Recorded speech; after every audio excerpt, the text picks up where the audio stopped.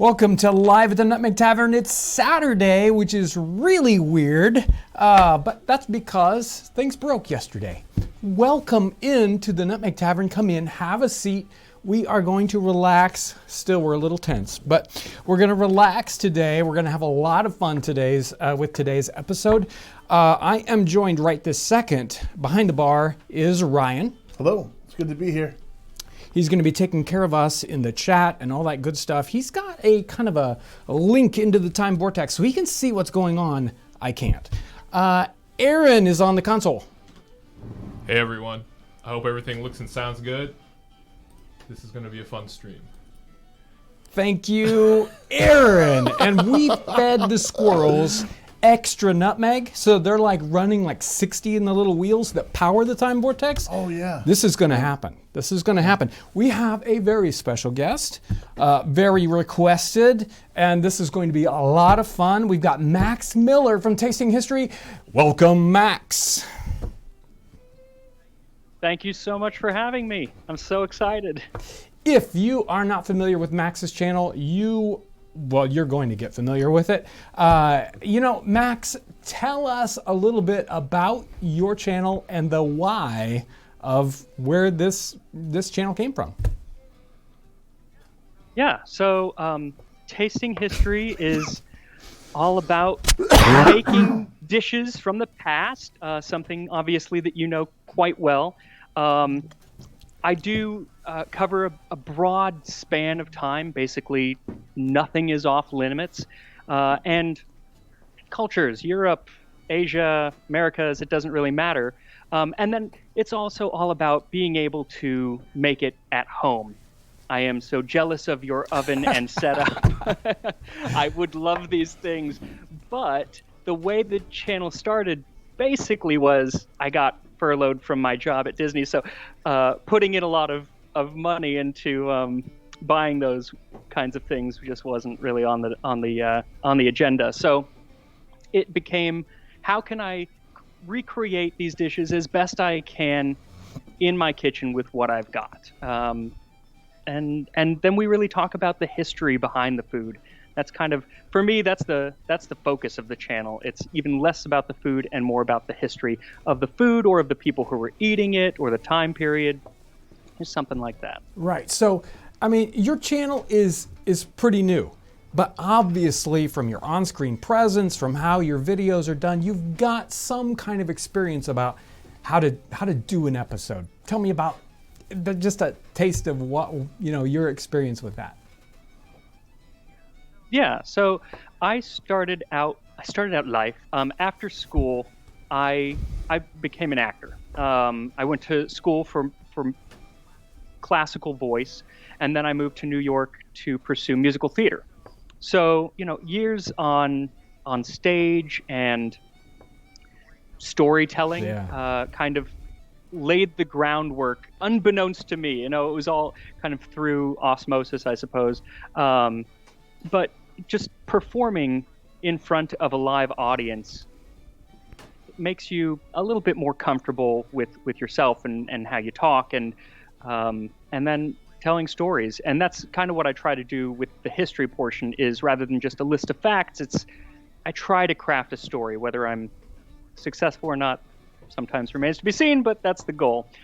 When it comes to the kind of the more technical side of stuff, once I had finished life as an actor, I started working for Walt Disney Studios. My cat just jumped up onto the table and is now shaking the camera. So let me shoo her away.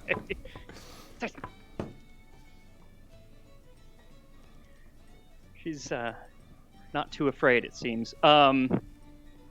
But so I started working at. I'm sorry.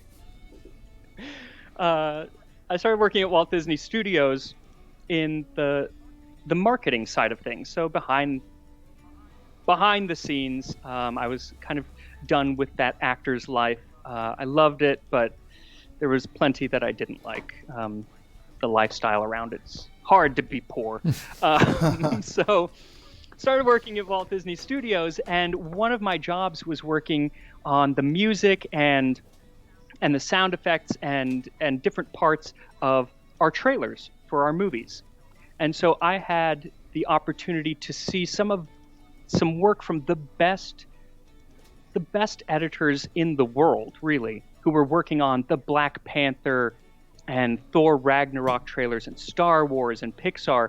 And so I got to watch their process go from version 1 to version 5 to 30 to sometimes 55D or whatever. And again, not trying to learn anything, I picked up what they were doing to tighten things up, to make things cohesive, and create a little 2.5-minute movie out of a 2.5-hour movie. Yeah. So I think that helped. Yeah, you can definitely tell. I mean, right from the get-go, your storytelling is very good, and the episodes are, nice and cohesive. And I really enjoy what you've been doing on your channel. You've done some incredible recipes. I loved the things, some of the things you've picked out. I had a whole list of them here. Where did I put it? Gosh. I got too much stuff on my desk already, guys. While you're looking for that, I've got to say that there's never been such an active chat as when there was an opportunity to possibly see a cat. Yeah, you might have to bring it. And they've missed out on it. They've missed out on the cat. I'm sure. You know what? And I think she's gone upstairs now. She was angered by my How dare you? By my kicking her off the table. This is her house. I just paid right, mortgage, sure, yeah. Yeah. Occasionally, we actually have an upstairs cat here that comes into the tavern. Often, Lauren's cat and enormous cat. Yeah, sometimes she jumps in here and. I think it's a raccoon sometimes. Yeah. Anyway, it wouldn't be a big deal if my camera wasn't on the table, Right. So it earthquakes every time she jumps up. So one of the things I was watching is a lot of times, whether it's me, and especially in a lot of your episodes, you've got interesting, weird ingredients. You got strange things, whether you're making or using garum or some of these strange things out of medieval times that we don't use today. And I'm sure that if you're like me, you end up with this kitchen full of what is this in your cupboard? Something from an episode 3 months ago that you didn't use all of it. And tell me about that. So lots of those ingredients, and yeah, part of the problem is you kind of often have to buy a large amount, and then you use it for one recipe. And you're like, I'm never using this again. You don't even want to know about I'm stockfish. Not throw it away. Yeah. But you never throw it away, because Right. I might need this I again. paid good money. And sometimes they can be really expensive. Yeah. What's funny about the ingredients? So there are some ingredients like asafoetida, which I used in the Parthian chicken episode, that it smells just horrific. Other words for it are like devil's dung, and it literally means stinking gum. And it took me a while to find it, but they had it at an Indian market here in town, and I got it. But that's one of those ingredients that I'm like, I don't think I'll ever use this again unless I'm making something from the period. Even though the flavor actually is quite nice, it's just not something that I'm going to be cooking with. I don't have a very large repertoire of non-historic foods that I'm cooking at home. So they do tend to pile up. What's funny also is I think I have 7 or 8 bottles of things like nutmeg or cinnamon sticks, because I'll go to the store and I'll be like, I know I need cinnamon this weekend. Do I have any at home? Better get some. And then I get new bottles all the time. But what's funny is when I started the channel, it was the beginning of quarantine. And so finding things like spikenard or grains of paradise, which right now you could probably go to a brewer's market and find some of these things, or just get them online. But back in March, unless you were buying toilet paper, you weren't getting anything online from Amazon, from anyone. And here I am trying to find spikenard, grains of paradise, and galangal. And I ended up I think it was for the grains of paradise. I was on Amazon, and you could see who was selling it. You couldn't buy it, but you could see who was selling it. And I followed him down this rabbit hole, and I found out that it was a privately owned farm in Ghana that was selling this stuff. And so I reached out to him and I was like, is there any way you can send me some grains of paradise? I will overpay. I need this for an episode I want to do. And finally I got it. But by the time I got it, Amazon was back up and running. I could have had it, 24 hours or whatever. So yes. It's part of the fun, though. I really enjoy that. So one person asked, what have you found, this is for both of you, what have you found to be the most difficult ingredient to come by? Go for it. For me, it was spikenard. Spikenard was very difficult to find. There was only one place online that I was able to find it, and they had been sold out. It's just not something that we really use today, and especially in Western cooking. So that was the rough. Was it worth it? Yes, it smells wonderful. The flavor is really interesting. That said, was it worth it in the context of the dish that I made? I used it for hippocras, and hippocras, the recipe that I used from the form of curry had, I think, 9 different spices in it. So everything kind of, got blended together. So it was like, was this worth it? Maybe not. But I'm so glad that I have it and can smell it and know what it is. So yeah, it's worth it. Would you say that it was stockfish for you, John? Yeah, I was going to answer. I mean, there are some other things. There are things that you just still can't get, right?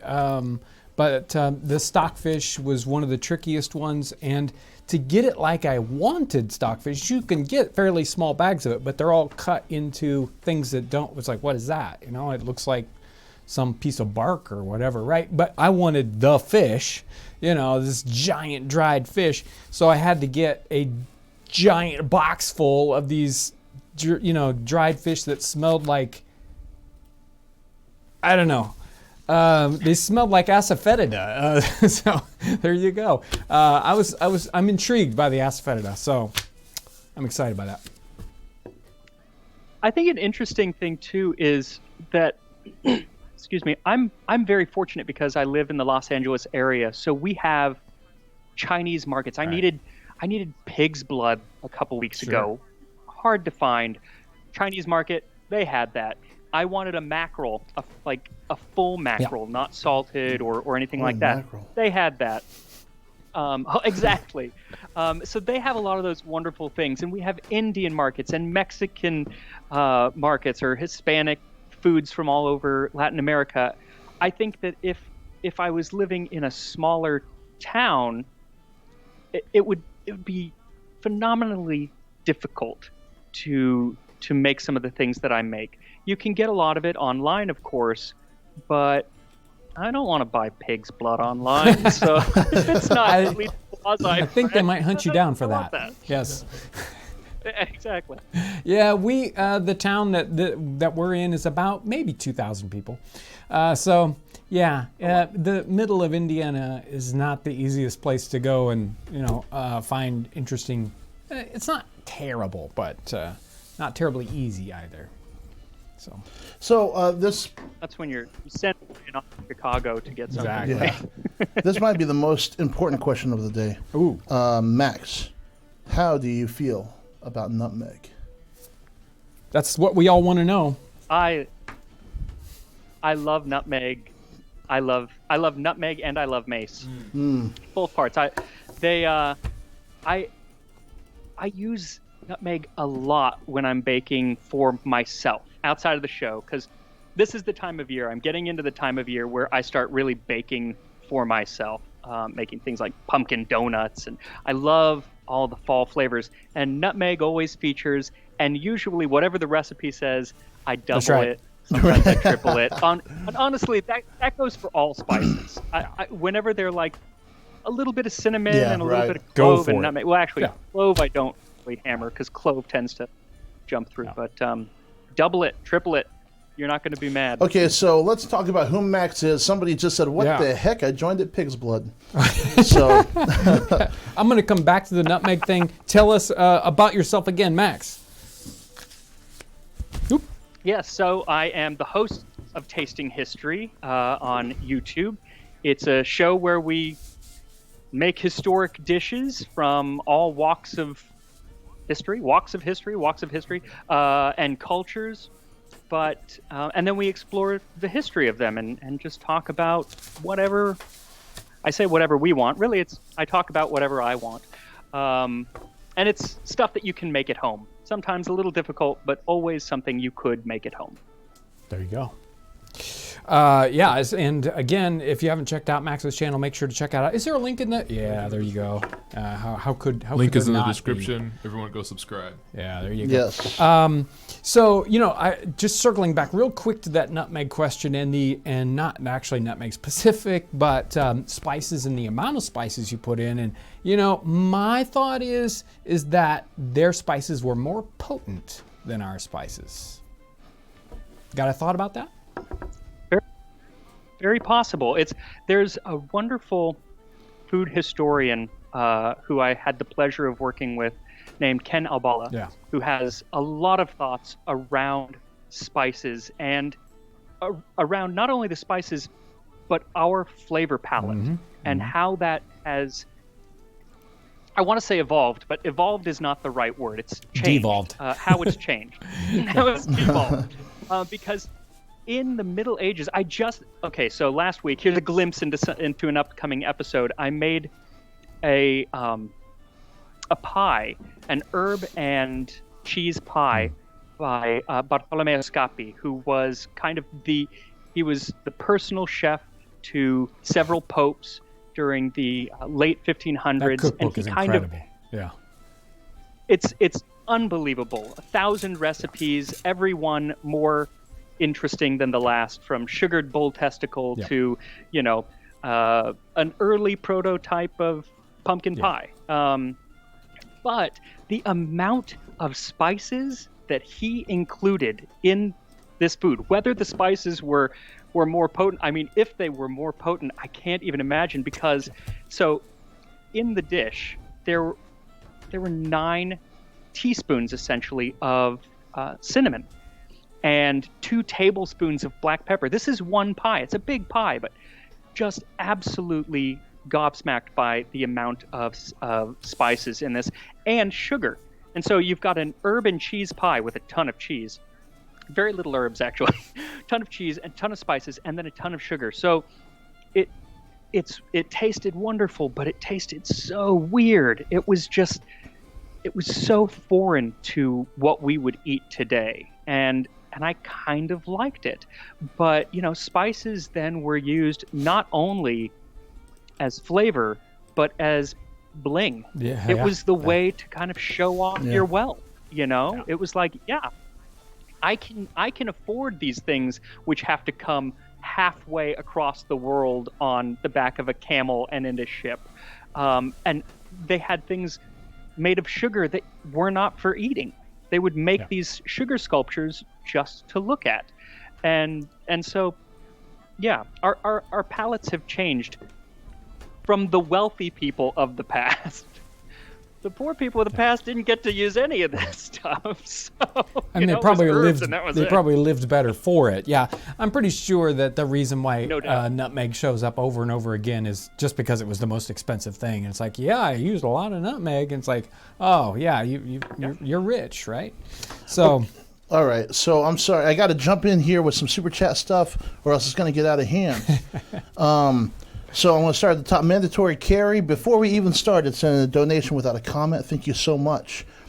Lisa Kilmer also sending a donation without a comment. Denise Maloney Piran. Yes. What a treat to have Max join us in the Nutmeg Tavern. Yes. I agree. Sue O'Connor. Love for Aaron. What? That's kind of you, Sue. Matthew H. For the co-host, Ryan. Now we're talking. You're so Arctos, I think. Have you ever heard of the dish salmagundi? Salmagundi, yeah, there we go, salmagundi. I found the history of it, and now it became associated with the nursery rhyme Solomon Grundy. Fascinating. I'd love to see an episode on it someday. Thanks. Actually, I think we did one. I don't. maybe before me. I think it was right around fried chicken time, Okay. and it was overshadowed. Okay. James Jones on Super Chat. Sola L. I don't know. Did a video with Babish. Oh, yeah, okay, Sola. Yeah. Okay, great. Did a video with Babish not long ago making 18th century mac and cheese. Right. Thoughts? Do you have thoughts on that? Do I have thoughts on that? Yeah. I think it's great. They can Yeah, do episodes it's on awesome. 18th century macaroni and cheese. Yeah. Do you know which recipe they ended up using? I only skimmed through it, so I don't know which one. I don't. I kind of got the feeling. I did some skimming, but I don't know if they went from a recipe book. I think Yeah. they just They went did with. it. Huh? Oh, okay. What's that, Aaron? I was just hoping because was it Thomas Jefferson has a I haven't recipe? watched the whole thing. It didn't Whatever. look like they grabbed a specific recipe though. But No, don't quote me on that. I They think very that it well was could have. more ingredients that would have been used at the time. Yeah. Yeah. Alfred I'll have to watch it. Brubaker is in Super Chat. Thanks to both of you guys.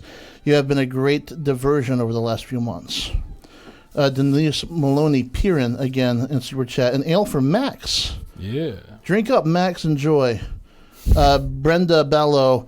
Do the two of you plan on to collaborate on a project?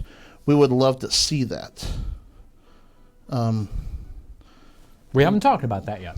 I wouldn't say no to it, though. I think it'll have to wait until COVID's Yeah, over. we've got a few miles in always the between problem. us. Yeah. Adrian Benningfield, why a bore for the Nutmeg Tavern sign? Yeah, it was just one of those kind of common. I mean, you go look at tavern signs, you go look at signs in general, signage in that kind of time period, and that was one that popped out and said, that's the right sign, I guess. Yeah.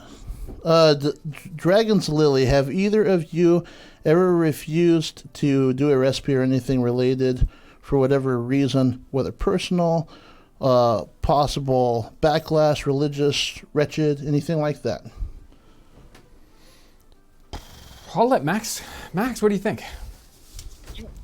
For me, I haven't been doing this long enough to have had the opportunity to necessarily reject anything. But there is something that I don't think I would use, and that is ortolan, which is a little bird that is eaten whole, and it's actually illegal in most of the world. But it's a delicacy that the shame of eating it is so great that you actually have to cover your head while eating it.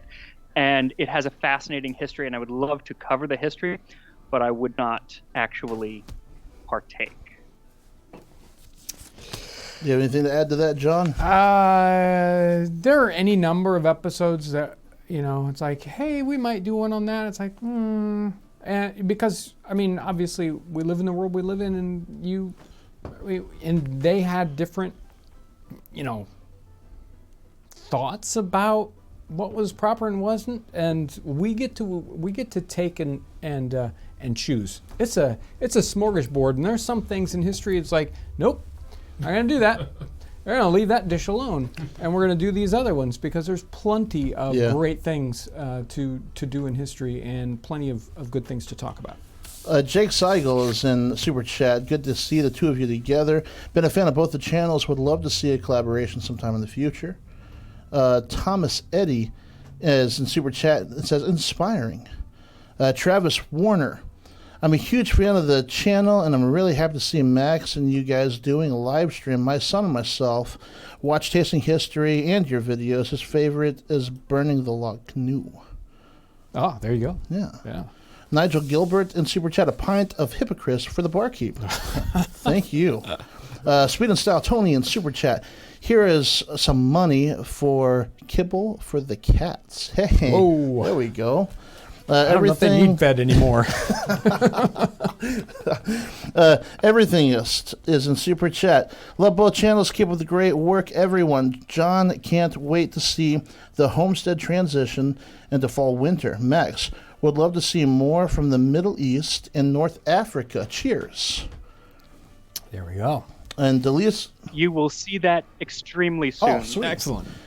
Denise Maloney Piran again. I remember watching the late, great Anthony Bourdain eat the whole bird thing with a cover over his head. Sounded yucky to me. Professor Yana's Forsaken Outpost. In the words of Angus Young and Brian Johnson. Have a drink on me. There we go. There we go. I think that catches us up on Super Chat. I know you guys have a lot to talk about, so I'm going to be quiet. Thank you, Ryan, for catching us up on that, and thank you everyone for the super chat and that connection and the energy. It's very energized today. What can I say? Hey, real quick. Yeah. As suspected, we have shot past our viewership record. About 2,100 people in here right now. So amazing. pretty awesome. Wow. Thank you all so much. Yes. Awesome. Yeah. So I had I was going to say about the boar's head and how, taverns used to have different symbols on them. I was in England last summer and went into a tavern, I believe it was in Battle, where the Battle of Hastings took place, called the Saracen's Head, which you would definitely not see on a modern day bar. Yeah. But I just found it so fascinating that, basically a severed head of a Middle Eastern person was very, very fascinating in history. So, and it kind of brought me back to when you were saying there were certain things in history that we'll just leave that alone. There's a because great example. yeah. things have changed. Well, and you can think of it like if you look closely at the boar's head, he's got a nutmeg in his mouth, and that's like from the Boar's Head Carol, where they shove the book into the boar's mouth, and then they eat it. Anyway, you jam a giant nutmeg in their mouth, and then you can have them for supper. So I know one of the things that I have a lot of fun with in interpreting historical recipes, and of course, as you delve into earlier and more different cultures than necessarily we do, measurements and just how to interpret recipes is always the fun challenge. Tell me a bit about your adventures in measurement land. Yeah. So it's funny. One of the very first recipes that I ended up doing was for buttered beer, and it's a 16th century recipe for it. And it calls for, and I can't remember off the top of my head, but I think it's 5 pints of ale, and I used 5 American pints of ale, and I had blistering comments of. An English pint is this big, and you should be using an English pint as an English recipe. And I was like, however, if you go back, the imperial pint, didn't start until, and I don't know the year, was it 1820 something? And so those pints were probably much closer to an American pint today. And that actually kind of sparked an interest for me into really delving into measurements, and it's hard because a lot of times nobody knows, or even worse, you get conflicting information from different sources because they weren't often standardized from town to town, let alone from country to country. A pound in France and a pound in England were not the same thing at the exact same time.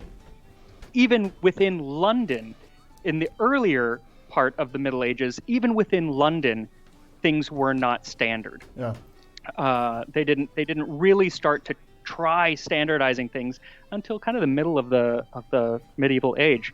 And then when you get to other cultures, right now I'm making a recipe for a medieval dish, a medieval Arabic dish, as somebody had mentioned. They would like to see stuff from the Middle East, and they use a unit of measurement called a ratl, I think is how it's pronounced. I'm still not sure. RATL is how we would spell it. And there are several different scholars who say several different things on how much this would have been, but we think it's about 400 grams. That seems to be the consensus. And so you go through a lot of books and they translate it as a pound, but a pound is not 400 grams. A pound, so even today, nobody can can really agree. So it's always kind of a guessing game, and a lot of times recipes don't use specific amounts anyway, and so it's kind of a double-edged sword. It's like, do I appreciate that you're not using measurements because then I can have a guess at it, or would it really be nice to know that it's a sprinkle of sack on this pie rather than a cup of sack? So I ruin an entire pie before realizing it. What? Sometimes that's why it's kind of nice to get a lump of butter the size of a turkey's egg. You know, Yeah, it's like, okay, exactly. I know. Except a turkey's egg might be different from one Right. century to the next. Eggs Well, in general. Eggs in general, it's always a thing, because a lot of recipes are like, it calls for 5 eggs. which Eggs, our modern eggs tend to be quite a bit bigger but not always. Even here in America, you can find eggs of different shapes, or not shapes, I guess. They're all oval, but different sizes. So it's always kind of a guessing game. That's actually why one thing I love about European, especially English cookbooks now, is that they tend to use weights rather than volume. And I love Thomas Keller, who's American, obviously, even includes weights for his eggs.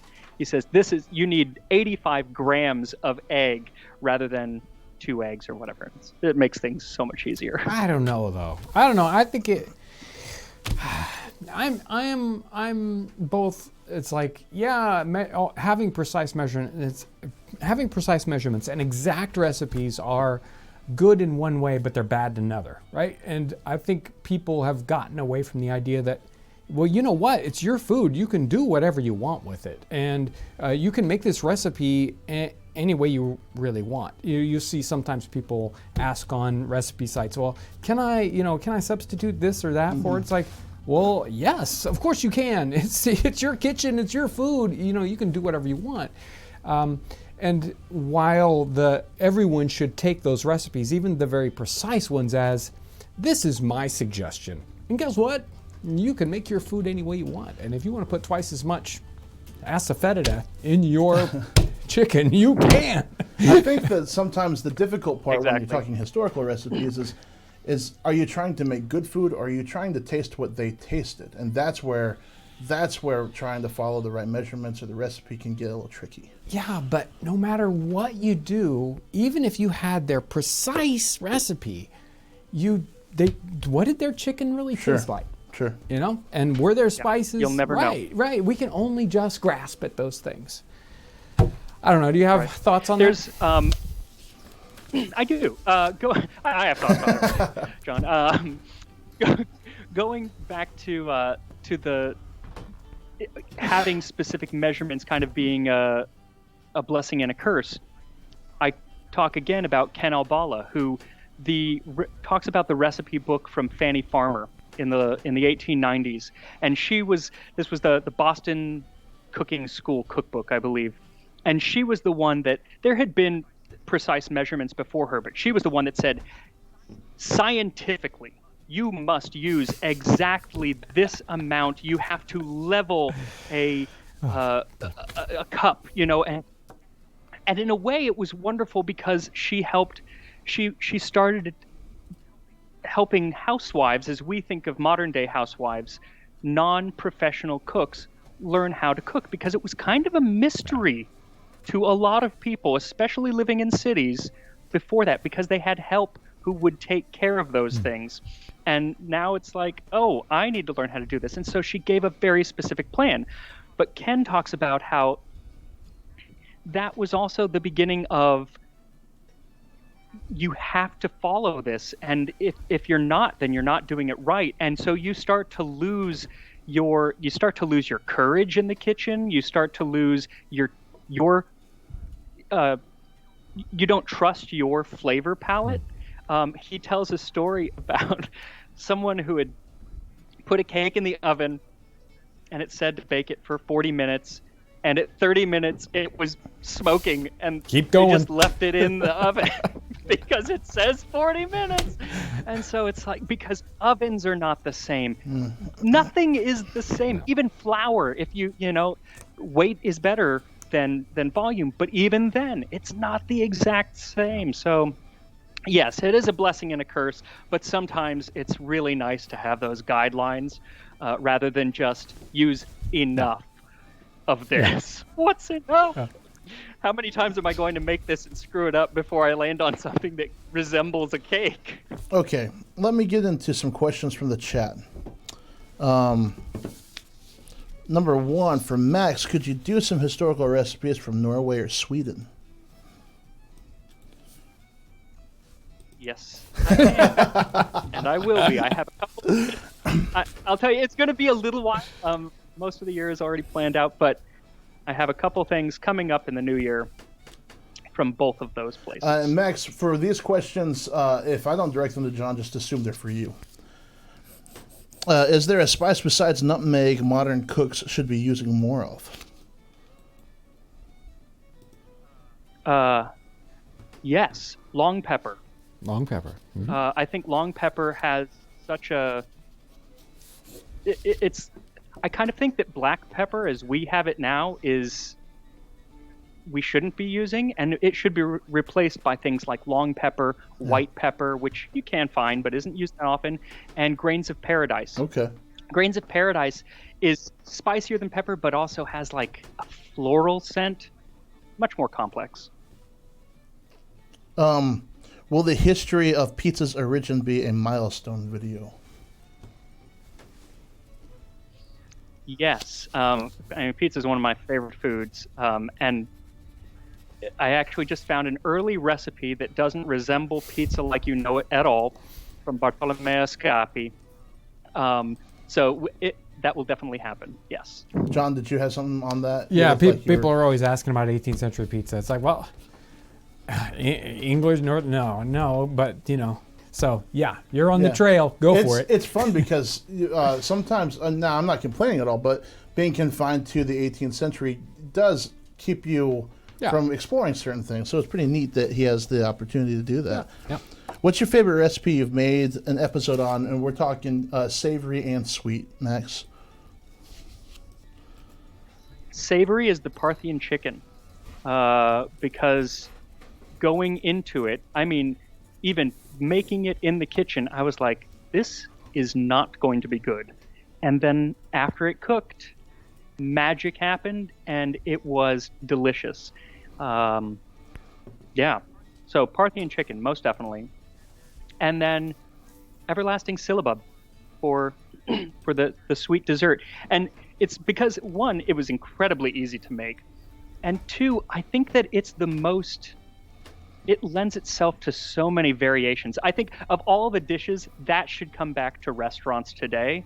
You could change up the liquor that you use. You could change up the, instead of orange, use lemon or rose water, all sorts of different flavors, just never-ending possibilities. And it's boozy whipped cream, so Can't go wrong. I don't see how you can't be. Yeah, I mean, I'll take all the boozy whipped cream that you want to send me. Just keep the rose water out, please.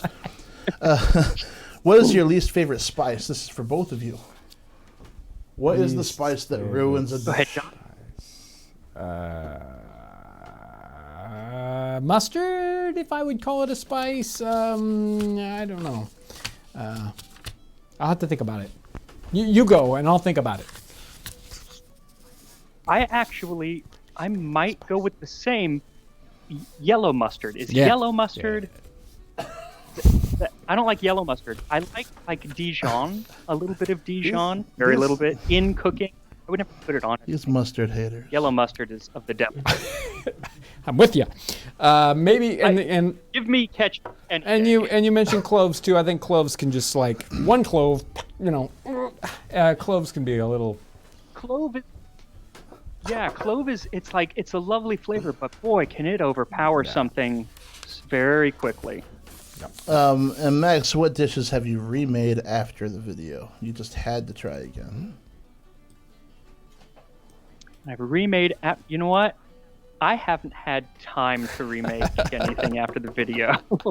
I have a list of things I would like to remake, but I honestly haven't had time because as soon as I'm done with a video, I'm on to the next, and I hate doing the dishes. So there you go. I just don't. I have a giant kitchen full of green dishes. It's terrible. Jeez. Oh, man. Okay, so I've got a bunch of super chat stuff. Do you want me to go into that now, John, or do you want to get on with your Let's do it. conversation? I got to find the place that I left off because everybody is like doing multiples. Okay, I think here we are. Yeah, because we left off with Angus Young. Okay, Garrett Dodgen, do either of you have plans on doing some Native American recipes, maybe some Iroquois food by John and Max, some Western Central tribes such as Apache, Arapaho, I think is how you say that, and Shoshone? I don't know. How about you, Max? Have you thought about doing in Native American food? Yes, big time. It's kind of at the top of my list. That said, as I've started to research it, because often we think of Native American food or Native Americans in general as like a monolith of their culture. And as I'm delving into it, it is as diverse, if not more diverse, than European cooking. We would never think of French and Italian and Spanish cooking as being the same. So why Iroquois, Apache, and Hopi? So at this point in time, I am too overwhelmed with the amount of information that I'm taking in to do it justice. I would actually there are some wonderful people working on that stuff right now, kind of making dishes from especially the pre-Columbian dishes. And I would love to work with some of them who really know the food, know the culture, and know the history that I'm probably just not going to be equipped to handle at this time. Yeah, and I would almost say it exactly the same way. It's like, we have touched on some of those, and, we've done 3 or 4 different episodes that have gone into that territory, but really we aren't the specialists on that. And we only interpret from what Europeans wrote about those things, and that isn't necessarily what that really was. So, we'd much rather connect with people that have those that more specific knowledge to work with them on that. So almost exactly the same answer on this side. Leonard Brinkerhoof is in. Sorry, Max, if you had something else to add to that. No, I was just going to say the lack of recipes is what it makes it very difficult as well. So. Leonard Brinkerhoof is in Super Chat. Could we do some sort of collaboration project to be mutually beneficial and a final project for my class that involves 18th century cuisine architect? Email us? Yes. I don't really know what to say about that right now. Yes. Crusading Emperor in Super Chat. What are some ingredients that you will never use because they are too expensive or just disgusting? Like ambergris, etc. Greeting from Switzerland. So I would use ambergris if I could, but it would definitely need to be a special occasion because I'm really curious what it tastes like in food.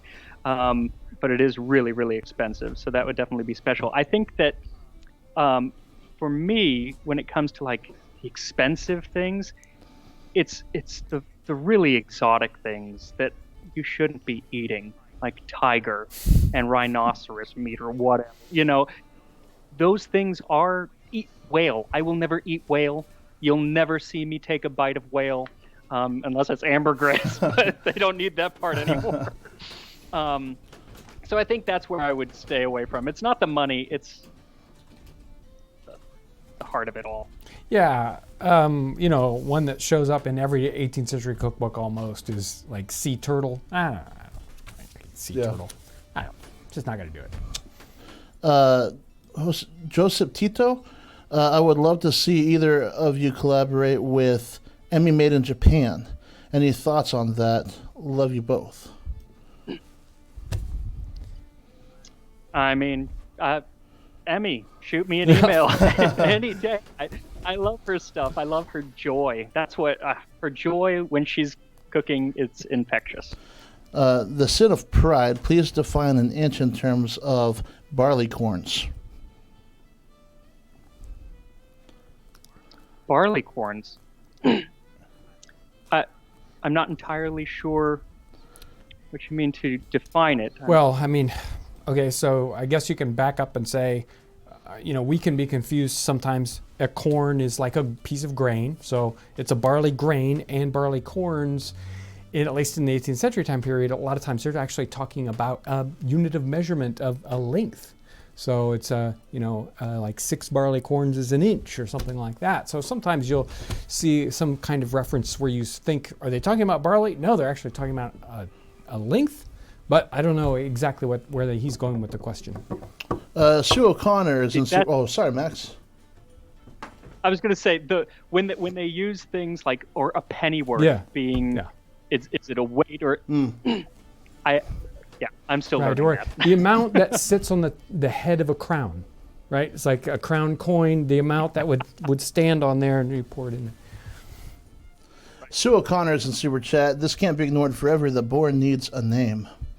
Yeah, I know. We've there. had some suggestions about the name for the boar. Again, if you have suggestions for the boar, and there have been some good ones, but there's probably one that's just over the top out there. Somebody would have a great name for the boar. We'll have to do a poll or something. Yes. Yeah, right. Grace C. is in the super chat for Native American recipes and suggests getting in contact with Sean Sherman, who wrote The Sioux Chef's Indigenous Kitchen. Okay. Love the collab. Stephanie Clay in super chat. I am new to Patreon, and this is my first live stream. I love this channel and how you show the intersection between recipes, architecture, and government. Thank you. Wow, yeah. While we're there at mentioning Patreon, I need to get to this week's Patreon people, our brand new people for this week on Patreon. This is going to be tricky. Darg Thurs Sourface, Angela, Marin Phillips, Sarah Malley, Tyson Bednar, Rebecca Hellman, Howard Tucker, Azar Neuenauger, I think that's how you say it. Stephanie Clay, Becky Martinez, Mike Jones, and Kiki Ruer, all brand new Patreon folks. And we have a whole bunch of folks that help us out with making videos by supporting us on Patreon, which is one of those kinds of once a month, a little payment kind of a thing. It is a super way to help us know what we are capable of doing. YouTube and what happens with that is sort of like a hit and miss. You never know what's going to happen. Patreon it's always going to be this. It's always really helpful. So thank you so much, everyone who supports us on Patreon. Okay, so I've got some more super chats to get through. Obviously, we got more talking, but we're going to take a 5-minute break, and we'll be back to you. So hold on through the card, and we'll be right back. We all have to take a breath.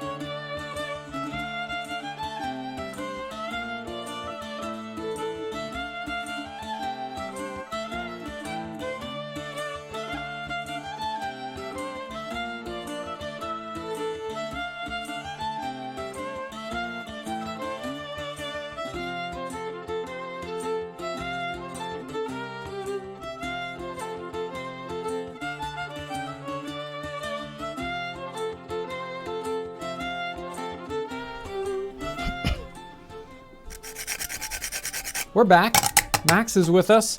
I've got even more nutmeg for my tea because I was running low. We've had our break, and we are. If you've missed it, our special guest, Max Miller from Tasting History, and we are having a great time talking about all these great historical recipes. Just for a second, I wanted to mention this idea, this concept of history and food, and how we get to history and how we grasp it. How can we?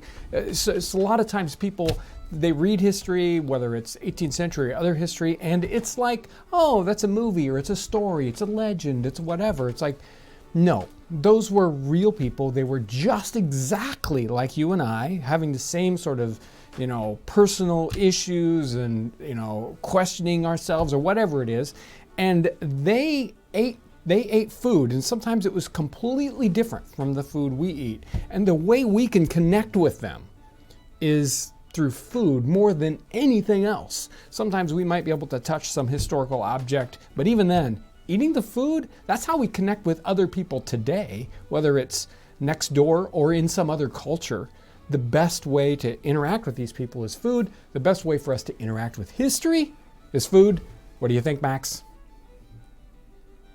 I couldn't agree more. I think that, it's one of the reasons I started Tasting History, because I have nothing in common in a lot of ways with a duke from 15th century France. I will never know what it's like to rule over an area, and I'll never even really be able to imagine the smell of things back then and sleeping on their horrible mattresses. But in an instant, if I can even come vaguely close to having a food that they would have made or eaten, in an instant, my taste buds and his taste buds haven't really changed all that much.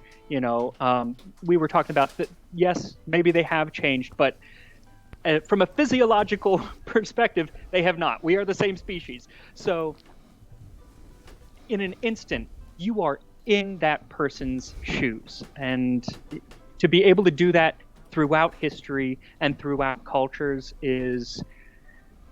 it's just a wonderful way to experience history, and to couple it with the wonderful stories. It's my favorite thing. Yep. Okay.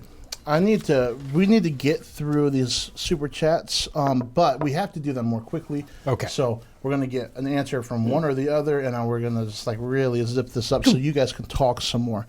Enzo Vinci viewing today from the boat on Lake Ontario. Tell John that he can talk about the Journal of Ephraim Marble. There you go, John. Nat Morris Noland, great conversation. I love both of your channels. Cheers. Katie Alosi, I love that I get to see a live, not on replay. Thank you all for what you do. The Sin of Pride. Oh, and by the way, love the way you explore the past via the fifth sense. Makes me realize my support of this channel is insufficient. Hillary H. Hello from Utah. We love watching both of your shows and wish you all happy, healthy autumn ahead. Thank you.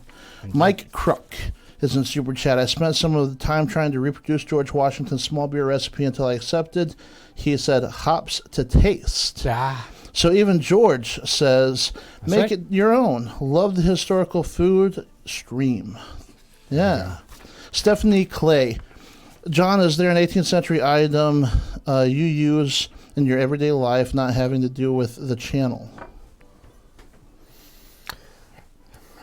I drink out of one of these mugs every day. Actually, I have one at work and one at home, and it is my go-to mug. And it isn't because it's something, in fact, we do sell them now, but we hadn't sold them for years and years. It's one of those things I got at Conner Prairie, and it's one of those, it's like, I have to drink out of this. So, yeah, right there. Well, Andrew Enneking is in Super Chat. So glad to see the two of my favorite channels together. What a pleasant surprise. Josh Hogan, Max, you should wear some costumes like John. That's dangerous. That's dangerous. Not everybody can pull it off. You know, when I come to Indiana after all this craziness is over, I'm making you dress me. So Oh yeah. We'll suit you up, Max. Yeah, yeah. Denise Maloney Pirin, Max, drinking here protects you from tainted brain, which is true. True. Don't worry about tainted brain, Max. Shootin' Doji. Never. In ancient China, bear's paw was a delicacy called something. Max's Chinese is pretty good. He can try it.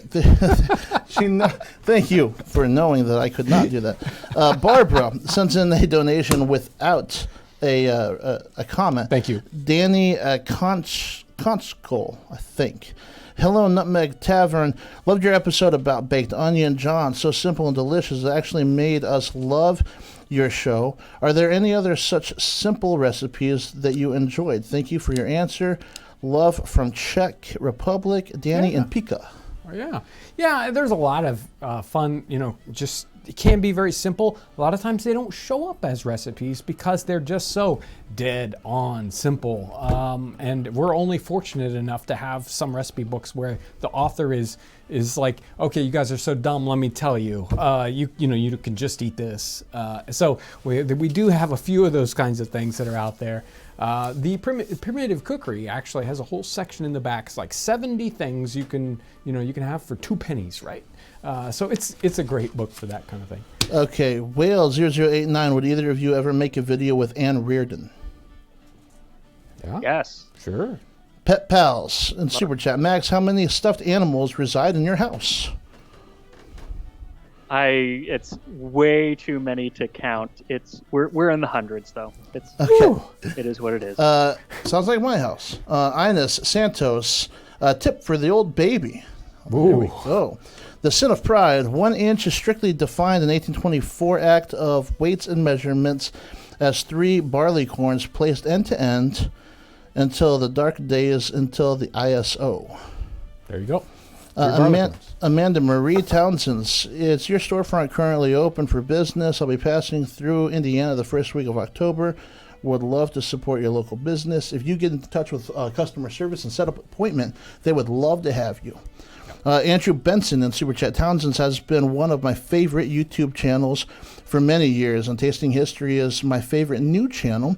In the last year, thank you for all you put into keeping historical living and food alive. Great comment. Garrett Dodgen. Max, why do you usually have Pokemon plushes in the background? I can't tell which one it is today. So this is a Pikachu dressed up as a Ho-Oh. It started off as kind of an accident. We used to have someone back here sitting, and so the first time that I filmed, it was sitting back there and didn't really notice. And then we just decided to swap it out every week, and it's become a thing. Okay, Catherine Sun, I love both of your channels. Hi from Canada. Particle Man. Collab hopes, both of you cooking together post-plague. Binging with Babish, Historical Mexican, and Gustavo Ariano, and more. Michael Twitty, thank you both for making awesome videos. And then, you know what, guys? I'm going to step away from Super Chat, let these guys talk for a while. Hopefully we can get to them all, but I really can't make any promises today because you're being so gracious. Thank you so much. Why don't you guys talk for a little while?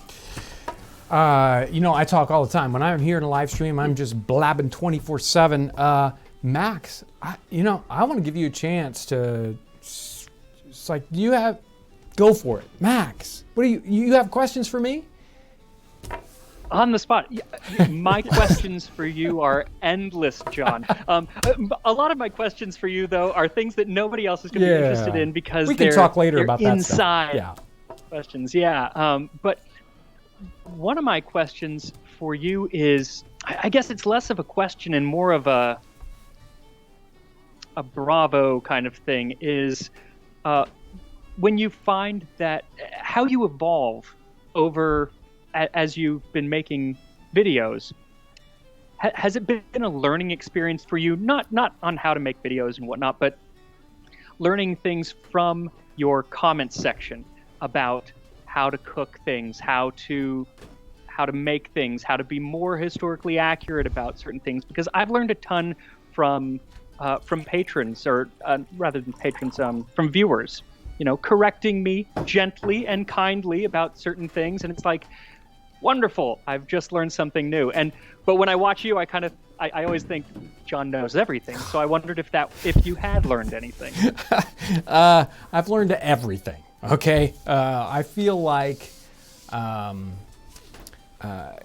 go back and I look at 10 years ago. We're making videos or whatever, and I feel like it's like, what was I doing? Why did I think I could do this? Right? I think anytime at the beginning of a project, you're always sometimes you're lucky enough to be dumb enough to say, I'm just gonna do this thing, or maybe I'm smart enough to do this, because you definitely in the future will look back at yourself and think, I wasn't ready to do this sort of thing.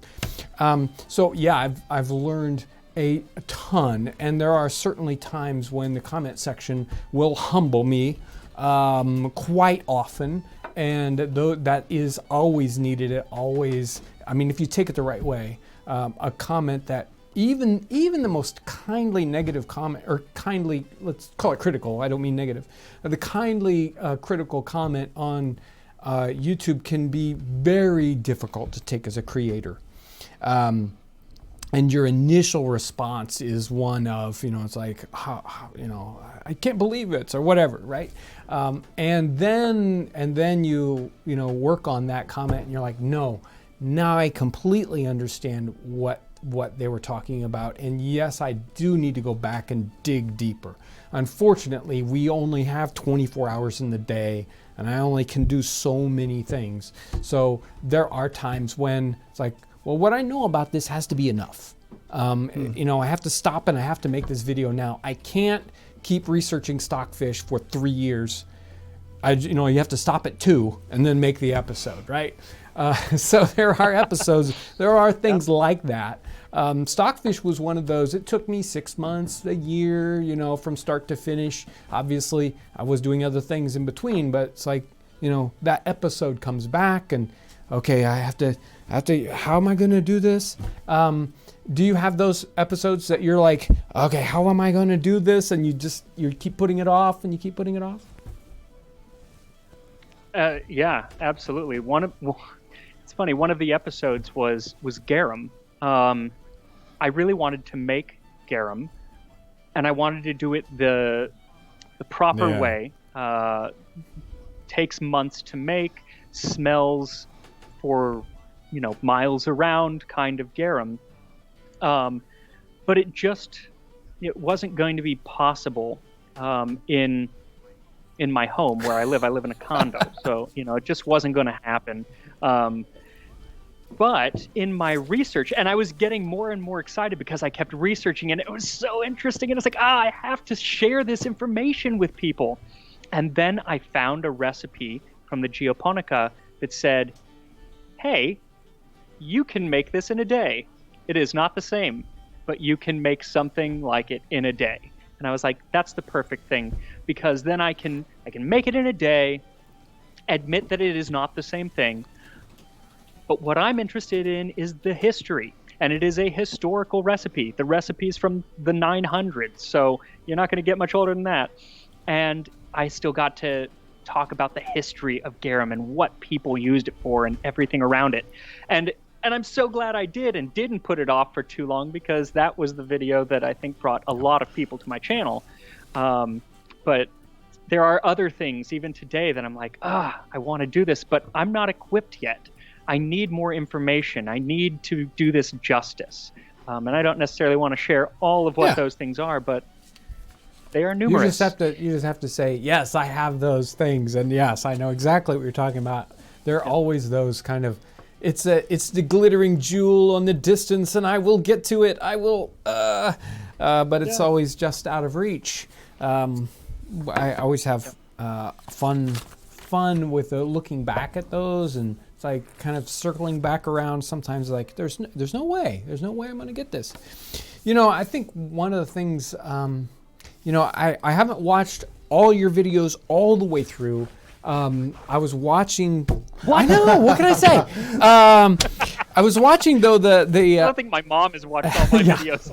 the Parthian chicken one, and I was thinking about how the funny the names, you know, it's like this is Roman, they call it this, and this is really kind of one of their enemies, or you know, and that idea that sometimes, so it almost felt to me as you were doing that episode that they had said the things about that chicken and named it that thing because it's like, no, it's stinky, right? It's like, you know, it's like we're gonna name this after our enemies, and we're gonna say it's stinky. And what the first step is, you take the chicken and you smash it with, you know, whatever, you know. So I don't know. I think sometimes there's humor in the recipes, and maybe we don't get it, you know, because we don't have the full context. We don't have the. There's a word I'm looking for, but we don't have the right context to understand why a recipe was called a certain thing, and there's actually a joke hidden in there. Right. Well, and we can never have like the zeitgeist of the time. You know, we'll never know what was going on that wasn't written down. If it wasn't written down, we don't know it. And there were just as many politics and just as many, you know, inside jokes in ancient Rome or whenever than there are now. Maybe more. And yeah, people were maybe more. People conversed a lot more, I think, back then. So there's a cookbook, and her name has just gone out of my head. It's where I got the everlasting syllabub, and you use it many times. Hannah Glass. But Hannah Glass, thank you. You know, she had so much humor in her writing, and a lot of it is probably sarcasm. And the tough thing about sarcasm is you can't really write it down because it just comes out as mean. And so there are some things in there where it's like, wow, she was rough, but they're fantastic. And I'm sure that, like you said, we get just a fraction of what was actually going on. Yeah. Have you seen Anne Cook's The Professed Cookery cookbook? Because she takes Hannah Glass to task for pages and pages. She's raking Hannah Glass over the coals about her cookbook. It's great. No, I need to find that. It's a YouTube video? No, it's one of the cookbooks from the 18th century. Yeah. It's one of the ones we... Yeah. Oh. It's What was it It's called? called Professed Cookery, not The Professed Cook, by Anne Cook. Okay, I do know the book. I haven't looked at it at all. Yeah, it's one of those ones where it's like, oh, there's all this. Now I will have. I'll have this problem where I'll get in a cookbook and I'll just read the recipes and not, you know, read the other sections. Like, boring text. That's sometimes the gems are hidden in the boring text of a cookbook. So yeah. Absolutely. I love. A lot of times there were comments in certain cookbooks about other cookbooks stealing recipes, which is something that one always has and always will do, and still do it now. Because really, what is it, you know? But just some of the snark between cookbook writers, especially when you get to the 19th century, when there are cookbooks coming out like every week is a new cookbook. There's enough content there to really get into the mind of some of these people. Like, you know, was Isabella Beaton, after she put out her book, there were scathing reviews in the London newspapers about, you know, how she was ripping off other people from the day, but she was the one whose name stuck. So exactly. Before I get any further, Ryan said, "Hey John, tell people that we've got mushroom ketchup back in stock. So if you are one of those mushroom ketchup people and it's like you haven't been able to get it, we have some, but I don't think it's going to last long, and we're working on mushroom ketchup. We just keep working on it anyway. Aaron's, I think, got a link, so if you're interested in that. I'm going to hop in here, try to take care of some more super chat stuff. Yes. This is from Grace C. Health and safety to all right now for Max. Hoping to go to a vegan culinary school in Bath next year. Any tips for staying in Bath, cost, etc.? I wouldn't have any. Is he talking about Bath, Maine, or Bath, England? I'm not sure. talking That's about from Bath, Max, though. I'm assuming Bath, England, because I am a professed Bath Well, there you lover. There is. I need to find the name of it, but there's a wonderful little B&B that's right next to the cathedral, and all of the bedrooms are named after a different Jane Austen novel, and they're kind of themed. That's great. Yeah. The persuasion, the sensibility. They're wonderful. Check that one. Google it. You'll Okay, find it. Particle Man in Super Chat. When did garlic become common in North America? Cooking, I think garlic and onion as a pair, but garlic only appeared in the Spanish recipe episode. Thanks again for the great work. Yeah, so you're going to find garlic showing up, and it depends on the culture group in that time period, and so you'll see different references to garlic in different places at different times, and even in Amelia Simmons's cookbook from 1796, and she says, yeah, some people use garlic, but it's only good for medicine. So it depends. Just like the Native American tribe issue, we think of North America as a very monolithic, or America or United States as a monolithic culture, and it's not at all, and it wasn't in the 18th century. So you're going to find garlic being used in different places, even tomatoes. Some places tomatoes will kill you, and other places tomatoes are great. John Tallies in Super Chat. Max, have you tried any Townsends recipes? John, have you tried any Max recipes? I have not tried any Max recipes yet. I have. It's been a while, but I did the onion. Oh yeah. And I did the fried chicken. Yeah. But the mushroom ketchup is actually on my Got list to do of it. things that I really want to try. It's even Because I love ketchup. even It's my better than favorite what's in here, and thing. it's not anything like ketchup.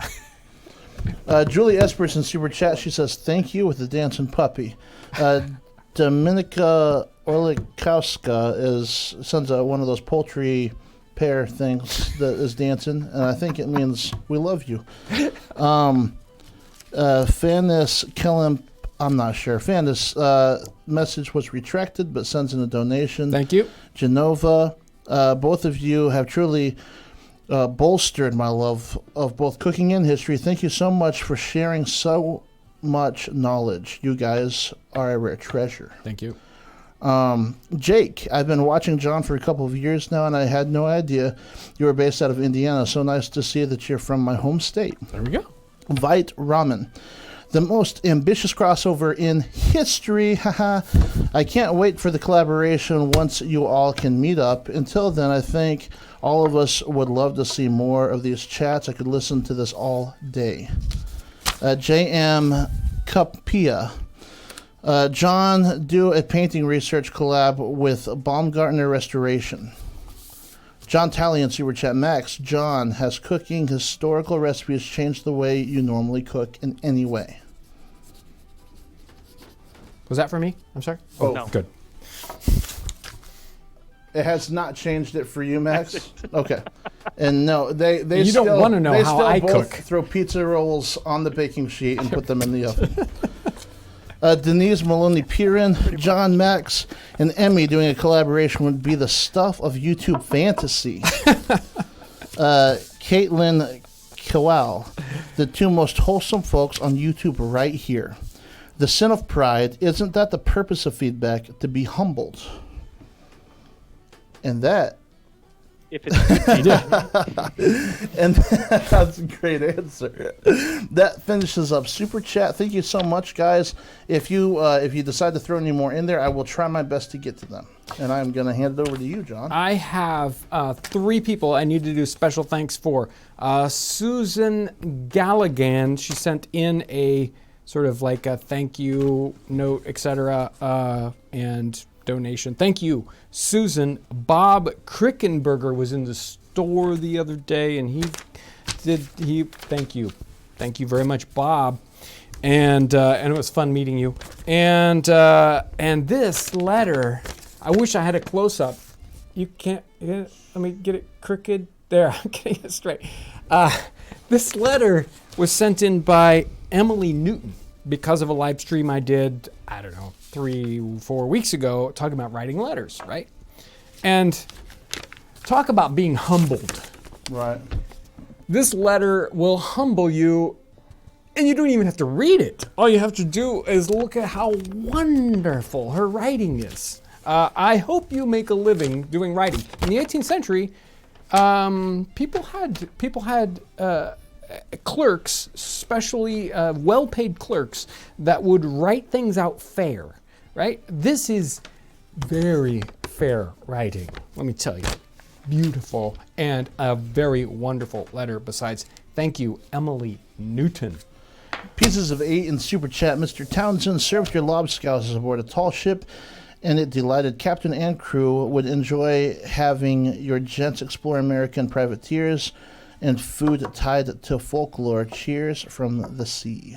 I really love that lobscouse recipe, and if I would make it more often if it fit my diet. Let's just say it like that. So Max, I have a question for you. If you're shooting for the moon, you know, what is the, do you have a short-term or a long-term plan? Is there some place that you want to watch your channel go before the end of the year or sometime next year? What are you looking at? You know what? I'm flying by the seat of my pants. I didn't expect people to watch, let alone millions or hundreds of thousands. Now I've had millions of views. Yeah. You know, it's all happened so quickly. I have not been able to focus in on anything except what I'm going to do next week. Your head is still spinning. Yeah. It's still spinning. It's still spinning. I want it to go places. I just don't know where yet. So, thought it was hilarious on one of your episodes. In fact, I was just chided for it. What day was it we were doing the last episode? Thursday? Yeah, we were just shooting Thursday. Ryan's just like, all of you, I got to teach you how to chop an onion. And you said you were in your Roman chicken when you were like, I'm not going to cut this in front of the camera because of. Tell me about your cutting skill, your chopping skills, your carving skills. So they are abysmal at best. I am not a trained cook at all. I learned from watching the Great British Bake Off is where I learned most of my baking and cooking skills.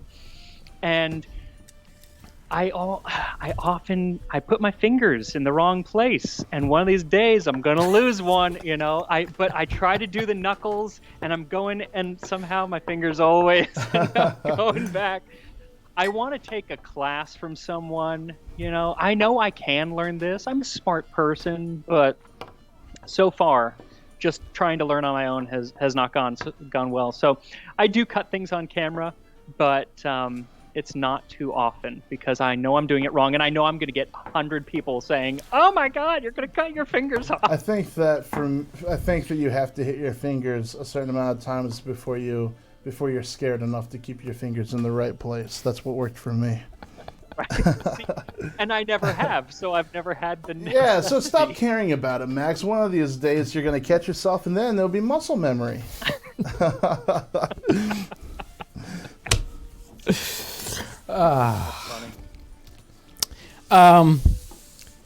So, I don't want to spend, and we don't have a whole lot of time left. I don't want to spend a whole lot of time in, and we mentioned it a little bit.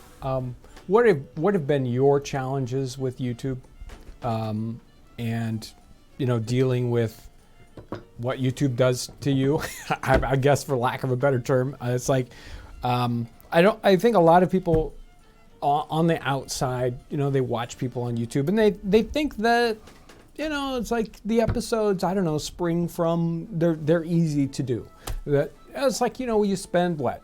It's a 10-minute episode. You spend what? 45 minutes, right? And you make an episode, or you get 100 comments, and how do you react to those? What has, and because you're new to YouTube comparatively, how are you dealing with what YouTube does? Not well, John. I'm not dealing with it at all well. It's funny because I watch some of these vloggers who can put out a video, daily. And so people are like, oh, you should do a couple a week. I'm like, some of these videos take, depending on what it is, from 30 hours at least to the Chinese episode that I just did, because it was so much Chinese and Mandarin and I didn't understand it. it's probably 60 hours of work. I can't pump those out twice a week. There aren't enough. I mean, once a week is really that's my max. But a lot of what's been tough to deal with are not the creative portion, because I do enjoy that part. It's the, I focus on older recipes, so a lot of my art, of course, is public domain, which is a big help because I have no budget to be licensing images or music. But sometimes it's such a gray area. Last week I had a Vivaldi piece that I put into a video, and the people who recorded it were the Marines. So of course it was public domain. The performance was public domain, but YouTube sent me a note saying, so-and-so has claimed that they own this recording. But there have been 10,000 recordings of this, and there's little to no recourse. Yeah. So I just had to change the video and put up a new one. Music is a killer. Things like that. Yeah, it's a killer. Even when you're doing everything right, it's not right. Sometimes. So it's things like that I don't enjoy. It takes away some of the joy. When it comes to the comments, I've been so fortunate that 99% of the comments have been positive and helpful, and I've learned stuff from them. And at first, when I started getting a lot of comments, there were those negative ones, and like you said, one negative comment over 100 good comments, that's the one that you fixate on. That's the one that keeps you up at night, even if it makes no sense, and it's just garbage. Luckily, I have a wonderful fiance who has decided to monitor the comments for me and kind of hides the ones that will make me upset. So that's been very helpful. But yeah, no, I'm enjoying the process though. There are things that make it rough, but I'm enjoying the process, and it's just, this was something to keep me busy while I was on furlough, and it has turned into a wonderful, wonderful experience that is, like I said, still my mind is spinning, hard to grasp. Yeah. So, go ahead, John. Sorry. Yeah, I was just going to say really quick because we have very little bit of time. I don't want to leave that topic as a negative, because I think that there is no way we could do what we do without the positive energy that we get from the comments and how that works. I think that's one of the problems with broadcast television and with other media formats, is there's so little feedback, and we get a massive quantity of feedback, and so the correction cycle is so short. So something will happen and we'll know about the fact that we did that wrong, or it should be done better or differently instantly, compared to somebody that's doing a broadcast television show. It's like, we shot that, and 3 months later, it goes out, or a year or years later. The correction cycle and the amount of energy we get from an individual episode. So one episode to the next, we can move from the audience energy. So it's a lot more like a live performance, where it's like, wow, I'm out there, and all these people are giving me that energy to do this thing. So I'm just so thankful for how YouTube works compared to other means of broadcasting, I guess. Okay, so a little bit. Well, and not only does it make us.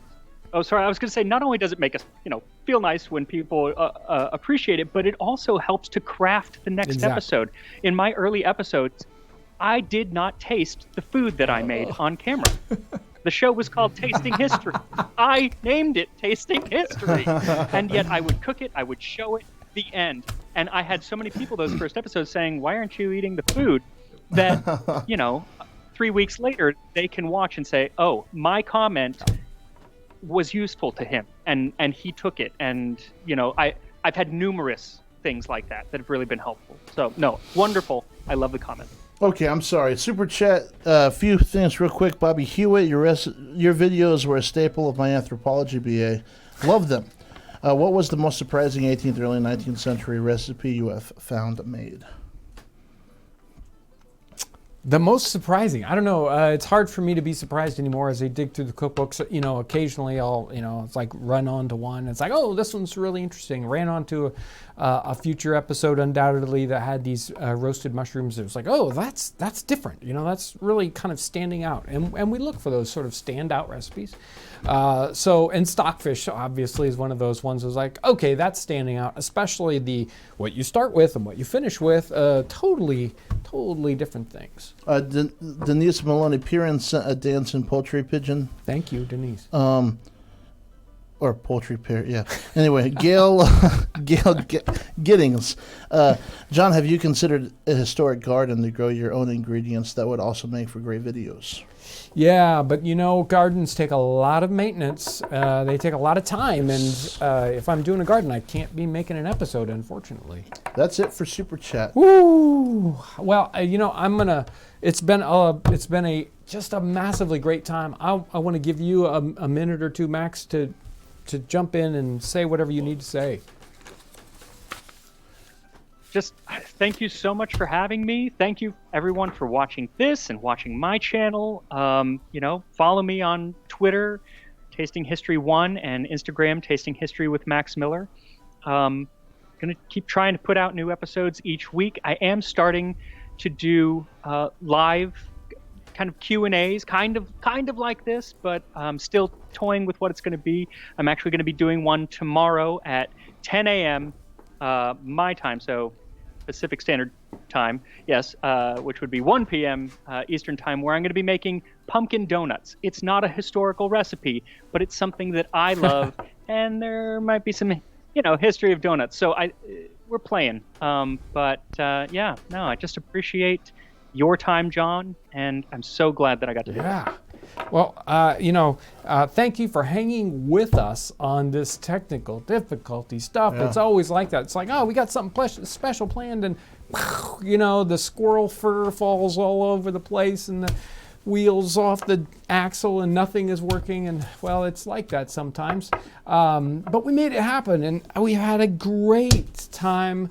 Love to have you back sometime, and we can chat more about, it's like there's all of history to talk about. It's crazy. Isn't that weird? We have so much fun. Thank you, Aaron, behind the console. Thank you, Ryan, for running that chat, which I'm sure has been busy. And a special thanks to all you guys who support us in every way you do it. Some people do it monetarily. Some people just talk about the channel and share our channel with other people. That is so important to how things grow on the internet and how people find out about Max's channel or this channel. You make it happen. Again, whether it's in the comments section or whatever it is, just watching the videos is one more like, yes, I like what you do. Yeah. Thank you so much for everything you do, and thanks for watching today. Have a great weekend.